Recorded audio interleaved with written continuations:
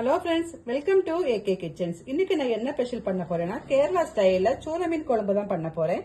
அதுக்கு தேவையான பொருட்கள் சூர மீன், தேங்காய், சின்ன வெங்காயம், புளி, நல்ல மிளகு, coriander powder, turmeric powder, chilli powder, உப்பு, இவ்வளவும் மசாலா அரைக்க வேண்டியது. குழம்புல போட வேண்டிய பொருட்கள் தொண்டை மிளகு, மாங்காய், கருவேப்பிலை, தக்காளி, முருங்கைக்காய். ஃபர்ஸ்ட் நம்ம மசாலாவை அரைச்சு வச்சுக்கலாம். மசாலா அரைச்சு வச்சாச்சு.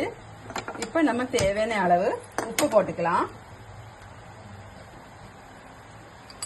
கரைச்சு வச்ச புளி தண்ணியும் ஊத்திக்கலாம்.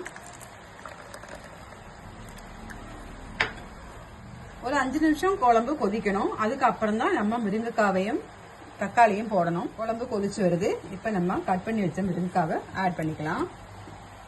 தக்காளியும் போட்டுக்கலாம். தக்காளி போட்டால் குழம்பு ரொம்ப டேஸ்டா இருக்கும்.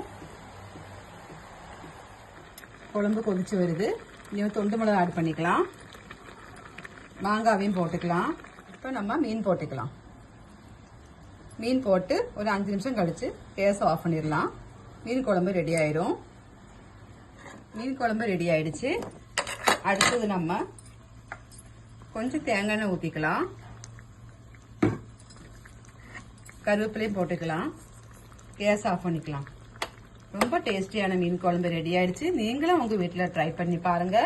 இந்த வீடியோ பிடிச்சிருந்தா லைக் பண்ணுங்க, ஷேர் பண்ணுங்க, கமெண்ட் பண்ணுங்க, மறக்காம சப்ஸ்கிரைப் பண்ணுங்க. தேங்க்யூ ஃபார் வாட்சிங்.